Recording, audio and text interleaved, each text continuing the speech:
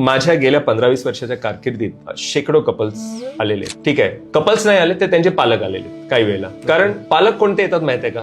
बहुतांश जे love marriage आहेत ना त्यांचे पालक येतात. कारण लव्ह मॅरेज मध्ये गुणमेलन ह्यासाठी होऊ शकत नाही अशातला भाग नाही, पण तो करून फायदा नाही. कारण ज्यांचा प्रेमविवाह ठरलेला आहे, म्हणजे लग्न करायचंच आहे, मग ते ज्योतिष, ग्रह तारे, गुणमेलन ह्याला भाव घालत नाही, ते भीक घालत नाही ह्या गोष्टींना. त्यामुळे तिथे मी गुणमेलन पाहत नाही. कारण तिथे माझा निर्णय जरी मी सांगितला की योग्य किंवा अयोग्य, त्याचा त्या विवाहावर काही परिणाम होणार नाही. पण जे लोक कपल्स येतात की बाबा हे मागणं आलेलं आहे किंवा हे स्थळ आलेलं आहे आणि मला गुणमेलन पाहायचंय, पालक आलेत किंवा काय, तर त्यावेळेला मी आवर्जून फार बारकाईने पाहतो. ठीक आहे, मी हेही पाहतो की बाबा जो आलेला पार्टनर आहे तो ह्याच्यासाठी किती फ्रुटफुल राहील आणि हा त्याच्यासाठी.